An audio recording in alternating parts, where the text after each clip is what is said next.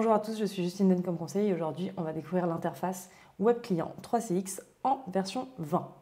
Alors pas besoin d'être un pro en informatique, je vous guide pas à pas dans ce tutoriel. Vous allez apprendre à faire des visios, faire des chats et passer des appels. Bref, toutes les fonctionnalités pour utiliser pleinement le logiciel. Avant de rentrer dans les fonctionnalités, je prends 30 secondes pour vous expliquer qu'il y a 3 façons d'utiliser le logiciel 3CX sur votre ordinateur et on ne vous en conseille qu'une seule. Donc la première option, c'est le web client.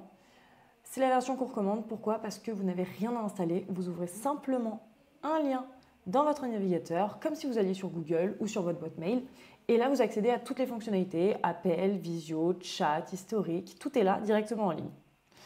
La deuxième option, c'est la PWA. Donc vous avez toutes les applications ici, en bas à gauche. Donc la PWA, c'est un peu la même chose que le web client finalement, mais installé directement sur votre ordinateur. Il peut s'ouvrir tout seul au démarrage comme une petite appli. Voilà, vous n'avez juste pas l'URL qui s'affiche, contrairement au web client. Et enfin, vous avez Softphone V20. Donc là, c'est un logiciel à installer sur votre ordinateur. Il permet de passer des appels, de recevoir, de transférer, etc. Mais l'interface est beaucoup plus limitée et il y a moins de fonctionnalités que sur le web client. Alors avec la version 20, les anciennes applications ne s'installent plus. Elles peuvent rester fonctionnelles, mais si elles avaient été configurées avant. Les anciennes applications comme le client V16 ou la desktop app sont en fin de vie et elles ne seront plus supportées par l'éditeur à terme. Donc si vous utilisez encore une de ces anciennes versions, il faudra prévoir une transition vers le web client ou le PWA ou le Softphone très bientôt. Donc si vous souhaitez disposer de toutes les fonctionnalités, on vous conseille le web client. Si vous préférez un numéroteur simple et basique, c'est le Softphone V20 qu'il vous faut. Donc là, pour ma vidéo, on va travailler sur le web client. Alors, vous avez dû recevoir le mail de bienvenue 3CX et ce mail est très important parce qu'il contient votre identifiant et un lien pour créer votre mot de passe pour votre première connexion par exemple. Vous avez votre numéro d'extension ici et hop, il faudra suivre ce lien là pour initialiser ou réinitialiser votre mot de passe 3CX. Donc, on clique dessus, ça vous ramène sur nouveau mot de passe. Vous créez le mot de passe qui vous convient. Hop, je modifie, ça me renvoie directement sur une autre page où je dois renseigner du coup maintenant mon numéro d'extension et mon mot de passe qu'on a créé il y a 2 secondes.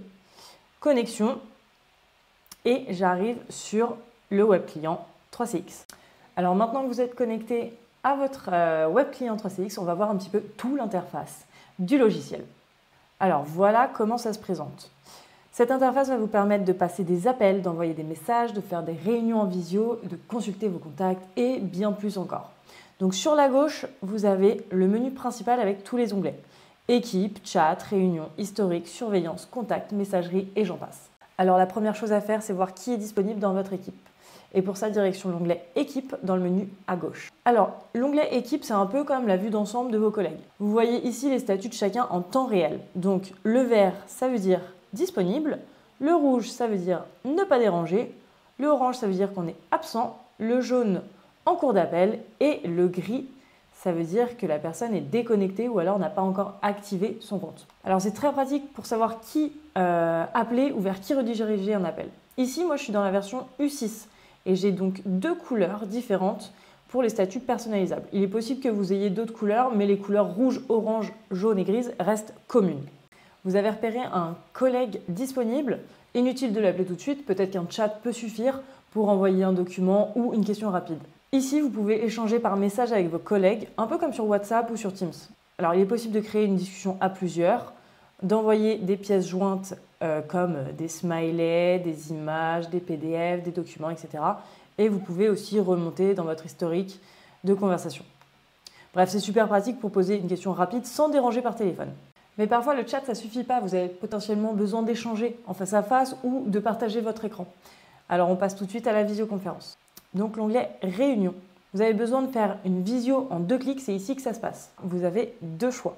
Donc, démarrer une visio immédiate ou vous pouvez cliquer ici pour planifier une réunion plus tard. Alors, pour démarrer une réunion tout de suite, vous cliquez sur votre visio et vous faites Start Now.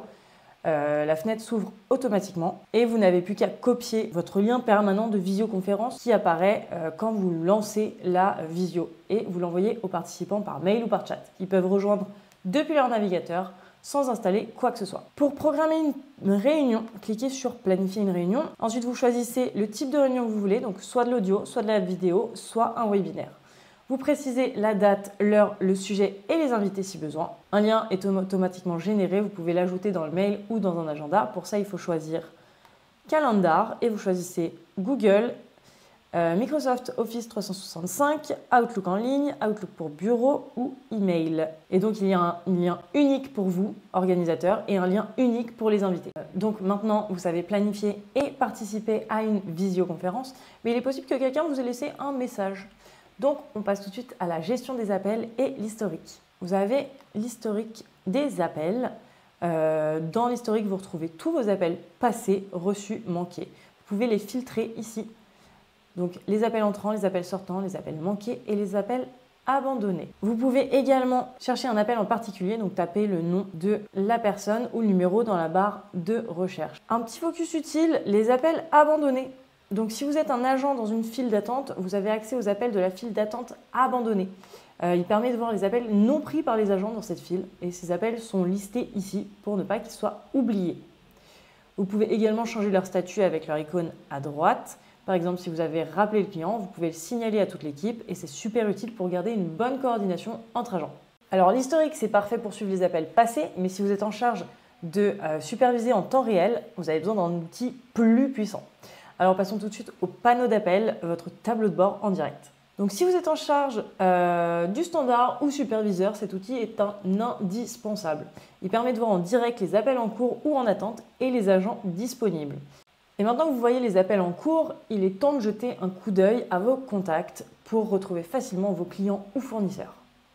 Et pour ça, direction l'onglet Contacts. Donc, dans cet onglet, vous retrouvez vos contacts externes. Vous pouvez en ajouter, rechercher un contact ou consulter ses coordonnées. Vous avez tenté de joindre un client mais il n'a pas répondu ou vous avez manqué un appel, il est possible qu'un message vocal vous attende. Alors on va voir tout de suite la messagerie vocale. Vous avez manqué un appel, il se peut que la personne vous ait laissé un message vocal.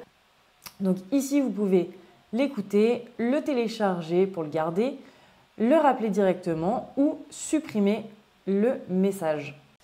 Et parfois, un simple message vocal ne suffit pas pour garder une trace complète d'une conversation ou former une nouvelle recrue. L'enregistrement des appels peut s'avérer très précieux.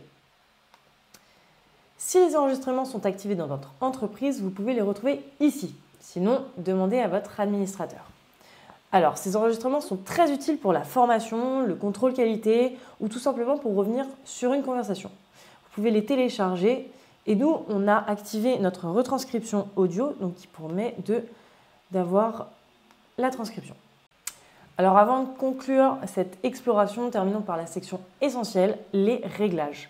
C'est là où vous allez pouvoir adapter 3CX à vos besoins, à tester votre matériel ou encore configurer vos préférences d'appel. Donc c'est dans le menu réglages que vous accédez à tous les paramètres liés à votre expérience utilisateur. Voici ce que vous pouvez faire.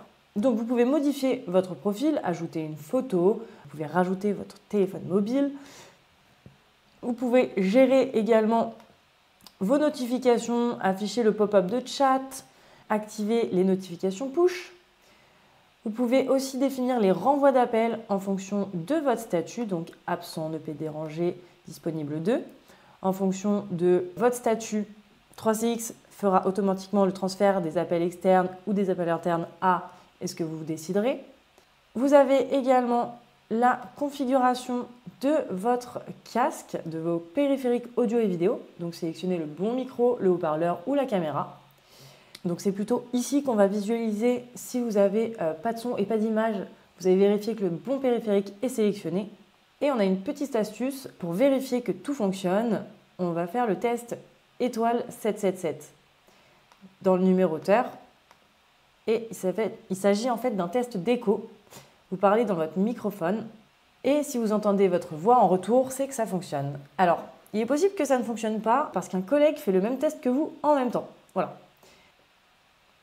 Maintenant que votre profil est configuré, on va voir comment gérer votre disponibilité dans 3CX. Alors, au niveau de votre photo de profil, en haut à droite, vous avez votre statut actuel.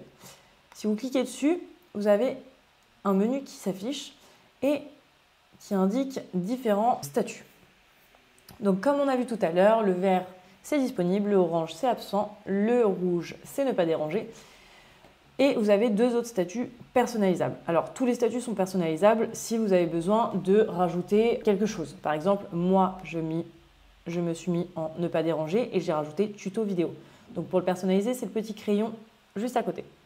Et une fois votre statut défini, vous pouvez encore améliorer votre utilisation grâce aux outils d'aide intégrés. Donc besoin d'un rappel, cliquez sur le guide du web client pour des explications détaillées à tout moment. Si vous êtes souvent en déplacement, passons à une solution mobile pour rester joignable partout. Donc vous avez un QR code intégré dans le web client que vous n'avez plus qu'à scanner avec votre téléphone mobile. Et enfin, le numéroteur qui permet d'appeler. Donc c'est l'icône du téléphone en haut à droite. En cliquant dessus, du coup, vous faites apparaître le numéroteur. Vous pouvez composer soit un numéro de téléphone manuellement. Vous pouvez rechercher un contact avec le prénom, avec le nom, avec sa SDA et également avec son adresse mail. Une fois le numéro entré, cliquez sur le bouton d'appel pour lancer la communication. Vous retrouvez les fonctionnalités de base, donc mettre en attente l'appel, faire une conférence, donc c'est-à-dire rajouter des personnes à votre appel. Vous pouvez le transférer directement à un collègue et faire un transfert supervisé, donc c'est-à-dire appeler le collègue, lui expliquer la situation et enfin lui passer la personne que vous aviez initialement. Vous pouvez également enregistrer cet appel et enfin vous pouvez basculer l'appel en vidéo. Voilà, vous avez maintenant toutes les clés pour utiliser le web client 3CX V20 en toute simplicité. J'espère que ce tuto vous aura été utile et à la prochaine.